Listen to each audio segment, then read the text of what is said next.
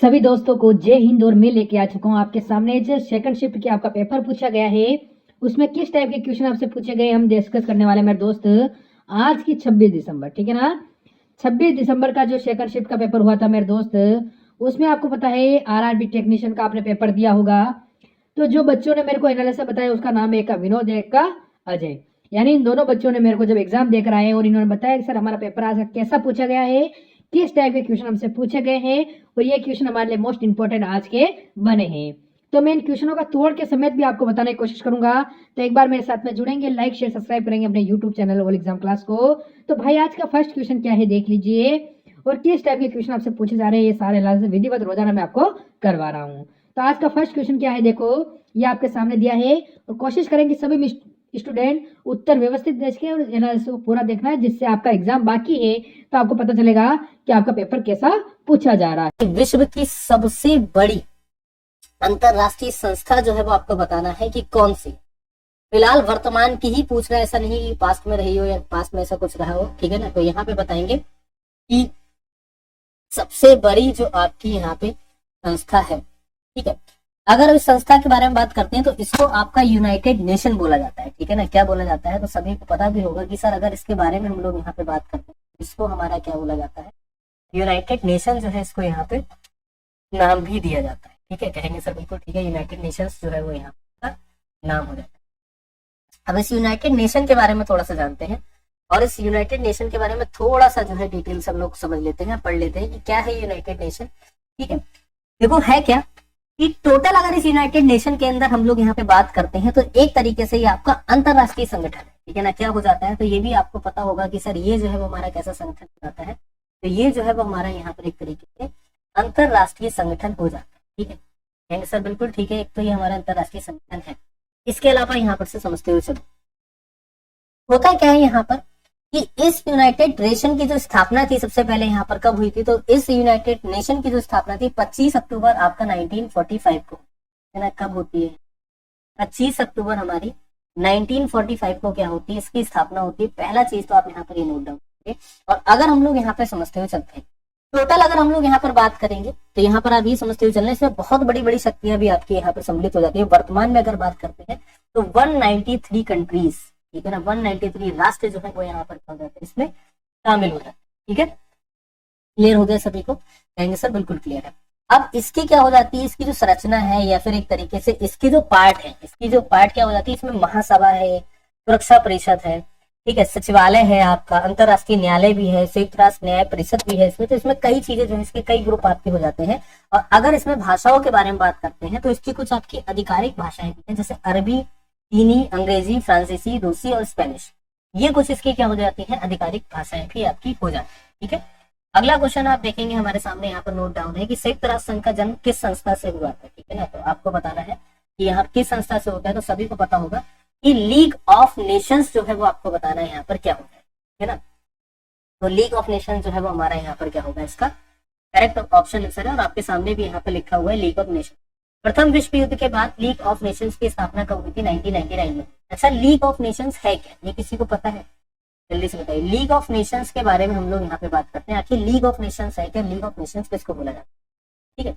ये सभी को पता होगा कि ये जो है एक तरीके से अंतरराष्ट्रीय संगठन है, लेकिन हर संगठन के पीछे का बनने का कोई ना कोई एक रीजन होता है, उसका भी अपना कोई एक मोटो होता है, जिस मोटो से वो यहाँ पे बनता है, जिस मोटो के आधार पर वो आगे चलता है।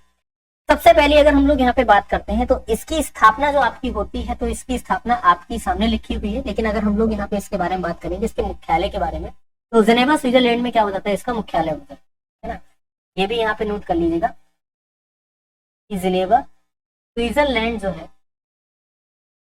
ठीक है, यहाँ पर क्या हो जाता है, इसका मुख्यालय होता है। पहली चीज तो आप यहाँ पर याद रखो, जो मुख्यालय है वो कहाँ पर हो जाता है, ये जेनेवा स्विट्जरलैंड, ठीक है, बोलेंगे। इसके अलावा हम लोग यहाँ पर जेनेवा स्विट्जरलैंड के अंदर इसका मुख्यालय, और थोड़ा सा अगर हम लोग यहाँ पे जानेंगे, जिसका सिर्फ और सिर्फ एक मोटो है कि दुनिया में शांति को बनाए, क्या एक मोटो भी हो जाता है। इसका मोटो क्या हो जाता है कि दुनिया में जो शांति है उसको बनाए रखना, ये क्या हो जाता है यहाँ पर, इसका एक मेन मोटो क्या हो जाता है, दुनिया में शांति को बनाए रखना, मेन पहला मोटो। इसके अलावा अगर हम लोग यहाँ पे बात करें, होता क्या है एक तरीके से अगर हम लोग यहाँ पे बात करते हैं तो ये जो लीग ऑफ नेशंस है वो 3 चीजों से मिलकर बना है कि राष्ट्र का एक तरीके से समझो कि जो राष्ट्र की यहाँ पे जितनी जितनी विधानसभा है, ठीक है, या फिर राष्ट्र संघ की जो विधानसभा है, परिषद और सचिवालय, उनसे मिलकर यहाँ पे लीग ऑफ नेशन मिलता है, या फिर उन्हीं से यहाँ पे पारित होकर लीग ऑफ नेशन जो है वो आपको बनाया जाता है। और उसी लीग ऑफ नेशन के बारे में बात करते हैं, वहीं से हमारा संयुक्त राष्ट्र संघ भी जो है वो यहाँ पे बन जाता है। ठीक है ना, चलिए क्लियर हो गया होगा सभी को यहाँ तक। अगला क्वेश्चन, 21 अमेरिकी राष्ट्रपति ने संयुक्त राष्ट्र यूनाइटेड नेशंस नाम जो है वो आपका दिया, ठीक है ना। फ्रैंकलिन डी रूजवेल्ट जो है वो यहाँ पर क्या हो जाएंगे, इसका सही उत्तर। संयुक्त राष्ट्र संघ के संविधान को क्या कहते हैं, तो संयुक्त राष्ट्र चार्टर जो है वो यहाँ पे इसके संविधान को बोला जाता है। क्या बोला जाता है, संयुक्त राष्ट्र संघ का जो यहाँ पे संविधान होता है उसको यहाँ पे संयुक्त राष्ट्र चार्टर बोला जाता है। संयुक्त राष्ट्र संघ की कौन सी संस्था विश्व की लघु संसद कहलाती है, तो महासभा जो है वो यहाँ पर क्या कहलाती है, विश्व की लघु संसद जो है कहलाती है। महासभा का जो मुख्यालय है वो कहाँ पर है, देखो यहाँ पे महासभा के बारे में बात हो रही है, और महासभा का जब नाम आया तो इसके बारे में थोड़ा सा यहाँ पे चर्चा करना भी जरूरी है। ठीक है ना, बेसिकली है क्या, महासभा जो है यहाँ पर समझना कि इसका जो मुख्यालय है वो आपका न्यूयॉर्क में है। न्यूयॉर्क कहाँ पे, न्यूयॉर्क के बारे में अगर बात करते हैं तो इसमें एक नगर पड़ जाता है आपका मैनहट्टन द्वीप, ठीक है ना, वहां पर हो जाता है। इसके सदस्य वर्तमान में कितने, 193 जो है इसके सदस्य। अच्छा है क्या, संयुक्त राष्ट्र के क्या हो जाते हैं, बेसिकली 6 अंग हो जाते हैं। ठीक है ना, यहाँ पर समझना कि संयुक्त राष्ट्र के यहाँ पर क्या हो जाते हैं, 6 अंग हो जाते हैं। पहले तो आप यहाँ पर क्या समझो कि जो हमारा संयुक्त राष्ट्र है, ठीक है, इस संयुक्त राष्ट्र के यहाँ पर क्या हो जाते हैं, संयुक्त राष्ट्र के यहाँ पर 6 अंग। उन 6 अंगों में अगर हम लोग यहाँ पे बात करते हैं सर, बिल्कुल ठीक है, उन्हीं 6 अंगों में से एक आपका क्या हो जाता है, महासभा जो है वो आपकी एक हो जाती है ना, क्या हो जाती है, महासभा जो है वो आपकी यहाँ पर एक हो जाती है। अच्छा, ये 6 अंग जो है वो यहाँ पर कौन कौन, ये सबसे बड़ा यहाँ पे क्वेश्चन कि संयुक्त राष्ट्र के मुख्य 6 अंग यहाँ पर कौन कौन से, इसको भी नोट करिएगा। ठीक है ना, संयुक्त राष्ट्र के 6 अंग, ठीक है ना। अब देखो ये 6 अंग क्या है, या फिर इनका बात यहाँ पर, ये बेसिकली इनका वर्क समझते हुए चलो। देखो संयुक्त राष्ट्र के 6 अंग में सबसे पहला जो अंग है वो यहाँ पर क्या है, अभी भी आपको मैंने बताया था थोड़ी, महासभा जो है पहला, ठीक है। सुरक्षा परिषद जो है ना क्या हो जाती है, सुरक्षा परिषद जो है वो यहाँ पे दूसरा अंग हो जाता है। तीसरा आपका आर्थिक एवं सामाजिक परिषद हो जाता है। तीसरा क्या हो जाता है, तीसरा जो है आर्थिक एवं सामाजिक जो परिषद है ये हमारा यहाँ पर, ठीक है, बोलेंगे। चौथा जो है वो हमारा क्या हो जाता है, अंतरराष्ट्रीय न्यायालय हो जाता है।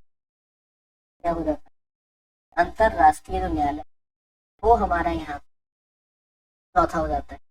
ठीक है, प्रन्यास परिषद भी आपको हो जाता है, एक क्या हो जाता है हमारा प्रन्यास परिषद जो है ये भी हमारा एक हो जाता है। इसके अलावा जो है वो आपका सचिवालय हो जाता है लास्ट, है ना, क्या हो जाता है, ये 6 अंग है। फिर से मेरे साथ रिपीट करना है कि संयुक्त राष्ट्र के जो है 6 अंग है, महासभा इसमें से पहला, सुरक्षा परिषद दूसरा, आर्थिक एवं सामाजिक परिषद, अंतरराष्ट्रीय न्यायालय आपका चौथा, प्रयास परिषद जो है 5वां, और सचिवालय जो है वो आपका 6वां। ठीक, समझ गए कि नहीं समझ गए, बोलेंगे सर बिल्कुल समझ।